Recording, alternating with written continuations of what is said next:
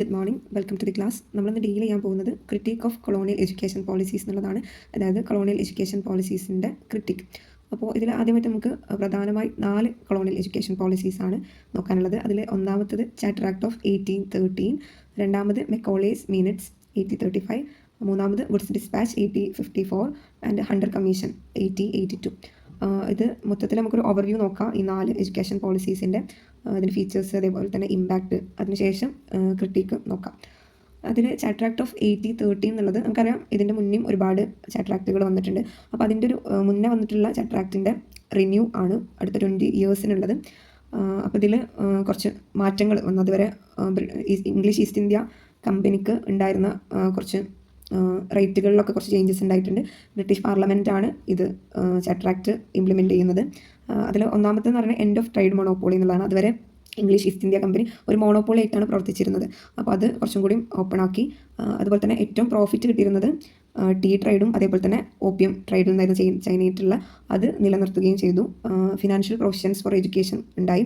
അതായത് 1 lakh rupee annually British parliament കൊടുക്കാൻ തുടങ്ങി. അതുപോലെ തന്നെ പ്രൊമോഷൻ ഓഫ് വെസ്റ്റേൺ ലേണിംഗ് എന്നുള്ളത്, ഇംഗ്ലീഷ് അതേപോലെ തന്നെ വെസ്റ്റേൺ കൾച്ചറും ലാംഗ്വേജും ആ ഒരു ഫോം ഓഫ് എഡ്യൂക്കേഷൻ്റെ പ്രൊമോഷൻ നടന്നു. അതുപോലെ തന്നെ എൻകറേജ്മെൻറ്റ് ഓഫ് മിഷനറീസ്, ഈ ക്രിസ്ത്യൻ മിഷനറീസിനെ അവരുടെ റിലീജിയൻ ആയാലും എഡ്യൂക്കേഷൻ കോഴ്സസ് ഒക്കെ ഡെവലപ്പ് ചെയ്യാൻ, റിലീജിയൻ പ്രൊപ്പഗേറ്റ് ചെയ്യാനൊക്കെ ഉള്ള അതിനൊക്കെ അലോ ചെയ്തു.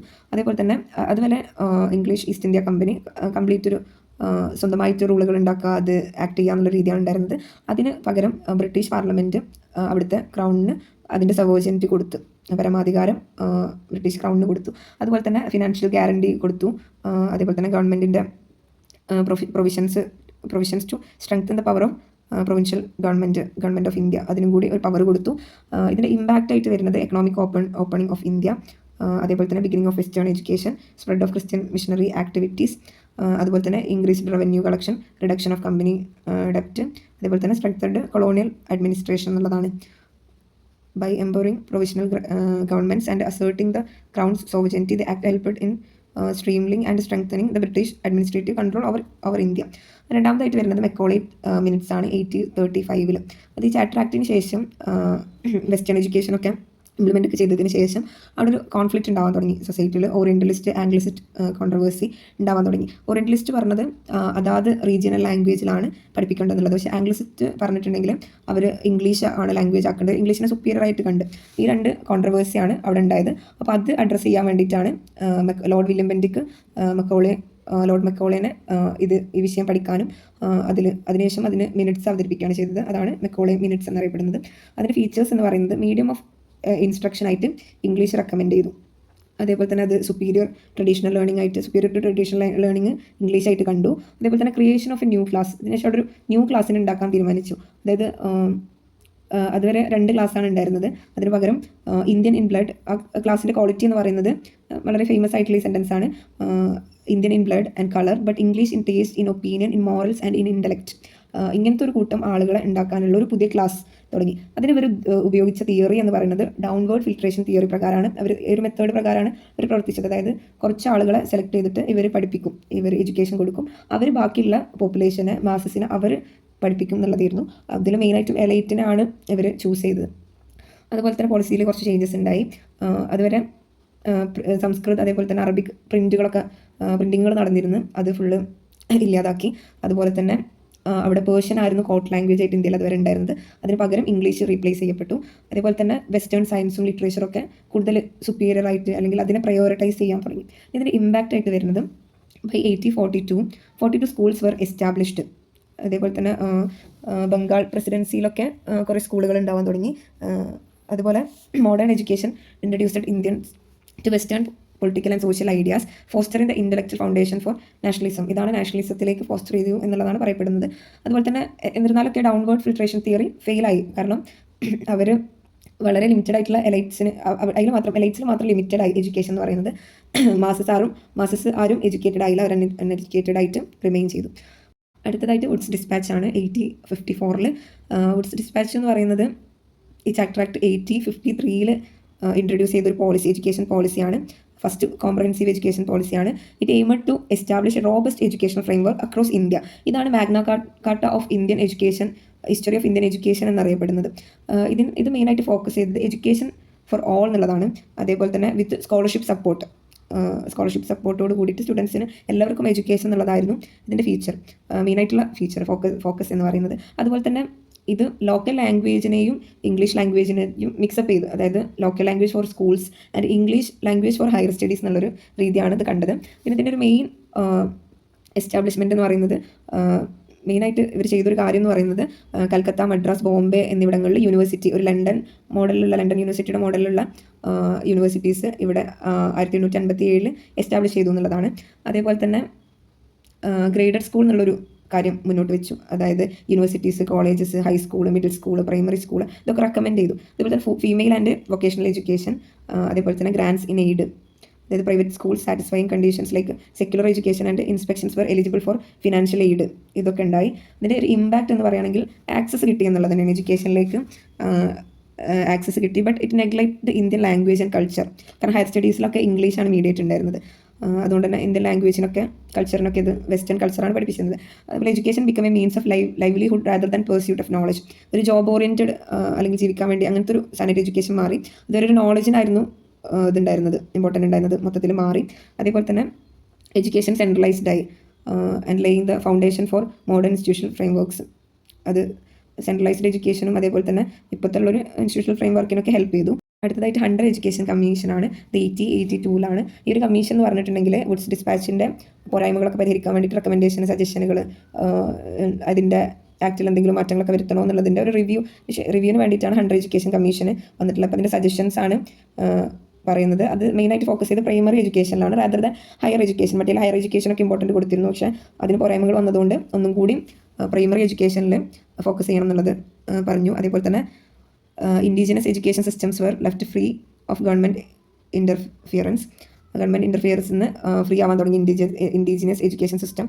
അതേപോലെ തന്നെ നിലനിർത്താൻ തുടങ്ങി. അതേപോലെ തന്നെ സെക്കൻഡറി ആൻഡ് ഹയർ എഡ്യൂക്കേഷനൊക്കെ അങ്ങനൊരു അതിനൊക്കെ ഫോക്കസ് ചെയ്യാൻ തുടങ്ങി. അതുപോലെ തന്നെ കരിക്കുലർ 2 പാർട്ടായിട്ട് തരംതിരിച്ചു. അതിൽ ഒന്നാമത്തെ എന്ന് പറയുന്നത് preparatory subjects for higher education, അതേപോലെ തന്നെ പ്രാക്ടിക്കൽ ആൻഡ് വൊക്കേഷണൽ സബ്ജക്ട്സ്, ലൈവ്ലിഹുഡിനും നോളജിനൊക്കെ മിക്സപ്പ് ചെയ്തുകൊണ്ട് 2 ടൈപ്പ് ഓഫ് കരിക്കുലം ഇൻട്രൊഡ്യൂസ് ചെയ്ത്. അതേപോലെ തന്നെ highlighted need for varied curricula to cater to diverse aptitudes, വ്യത്യസ്ത രീതിയിലുള്ള ആപ്റ്റിറ്റ്യൂഡ്സ് ഉണ്ടാവാൻ വേണ്ടിയിട്ട് ഇങ്ങനത്തെ ഒരു വേരിയഡ് കരിക്കുലം ഇൻട്രൊഡ്യൂസ് ചെയ്തു. അതിൻ്റെ ഇമ്പാക്റ്റ് എന്ന് പറയുന്നത് strengthened primary education and expanded educational opportunities, encouraged schools to admit students from backward classes, education for all എന്നുള്ളൊരു കോൺസെപ്റ്റ് വരാൻ തുടങ്ങി. ഇനി അതിൽ മൊത്തത്തിൽ critic of colonial education policies നമ്മൾ പ്രധാനമായിട്ടും 4 കൊളോണിയൽ എഡ്യൂക്കേഷൻ പോളിസീസ് നോക്കി. ഇതിൻ്റെ ഒരു ക്രിട്ടീക്ക് പറയുകയാണെന്നുണ്ടെങ്കിൽ അതിൻ്റെ നമ്മൾ ഫീച്ചേഴ്സും ഇമ്പാക്റ്റൊക്കെ നോക്കി. നമ്മൾ ക്രിട്ടീക്ക് പറയുകയാണെന്നുണ്ടെങ്കിൽ exploitation of resources of a weak nation by the stronger developed and powerful nation on the basis ഓഫ് പവറിൻ്റെ അടിസ്ഥാനത്തിൽ സ്ട്രോങ്ങർ ആയിട്ടുള്ള ഡെവലപ്ഡ് ആയിട്ടുള്ള അതേപോലെ തന്നെ പവർഫുൾ ആയിട്ടുള്ള ഒരു നേഷന് മറ്റൊരു വീക്ക് ആയിട്ടുള്ള ഒരു നേഷൻ്റെ റിസോഴ്സ് എക്സ്പ്ലോയിറ്റ് ചെയ്തു എന്നുള്ളതാണ് ഒന്നാമത്തെ ക്രിട്ടിക് എന്ന് പറയുന്നത്. ഒരു കോളനിയായിട്ട് ഭരിച്ചു.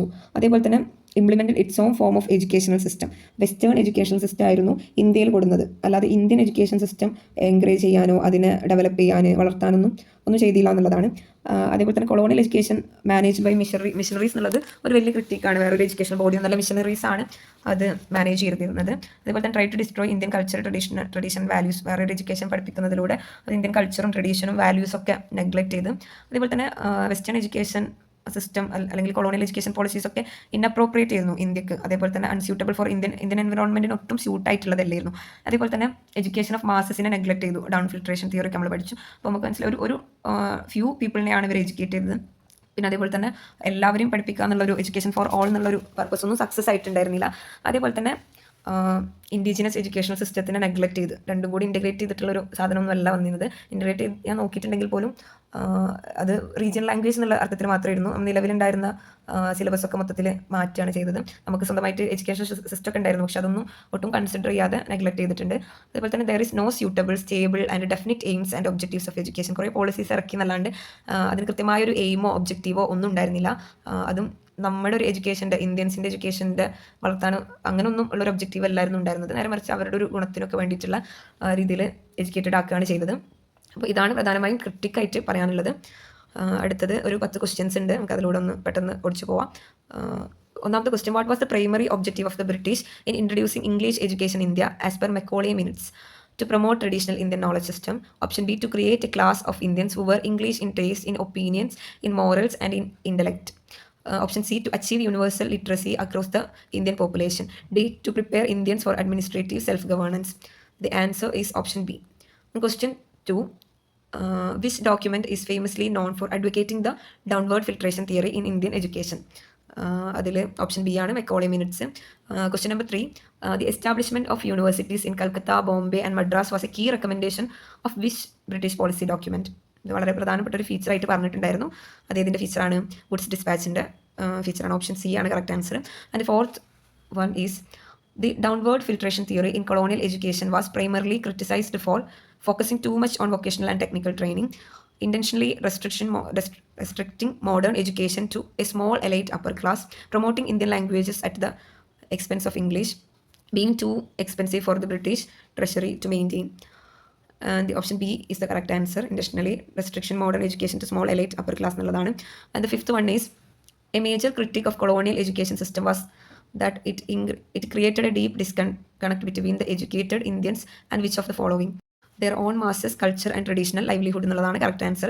And the sixth question is, according to critics, what was a fundamental flaw in the curriculum promoted by British in India? It was overly focused on mathematics and science. It was entirely theoretical and neglected the practical needs of Indian society. It was taught exclusively in Sanskrit and Persian. It emphasized physical education over mental development. B is the correct answer. It was entirely theoretical and neglected the practical needs of Indian society. And the seventh question is, the colonial policy of using education to create a demand for British goods in India is an example for economic exploitation. It's related to economic exploitation. And the eighth question is, the colonial education policy successfully created a class of Indians who served as effective intermediaries for British rule. And the reason I this class, educated in English and Western thought, often internalize a sense of cultural superiority, leading them to support the colonial administration and look down upon traditional Indian system. Option പറയുന്നത് A, both A and R are true, and R is the correct explanation of A. B, both A and R are true, but R is not the correct explanation of A. A is true, but R is false. A is false, but R is true. Both A and the correct answer is both A and R are true എന്നുള്ളതാണ്. Ninth question.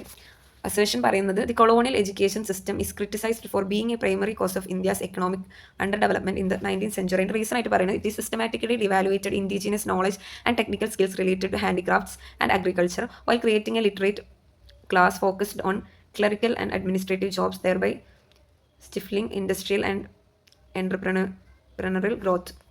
Options A, both A and R are true, and R is the correct explanation of A. Both A and R are true, but R is not the correct explanation of A. C, A is true, but R is false. D, A is false, but R is true. First one ആണ് correct answer. And the 10th question, assertion ആയിട്ട് പറയുന്നത്, the downward filtration theory was inherently paradoxical and ultimately a failure in its stated moral purpose. Reason, while claiming to civilize and modernize India, the policy deliberately restricted access to modern education, ensuring that enlightenment and its benefits could never effectively reach or uplift the masses it claimed to target. Options, both A and R are true, and R is the correct explanation of A. Both A and R are true, but R is not the correct explanation of A. A is true, but R is false. A is false, but R is true. Option A ആണ് correct answer. അപ്പോൾ ഇതാണ് മൊത്തത്തിൽ colonial എഡ്യൂക്കേഷൻ്റെ critic എന്ന് പറയുന്നത്. Thank you.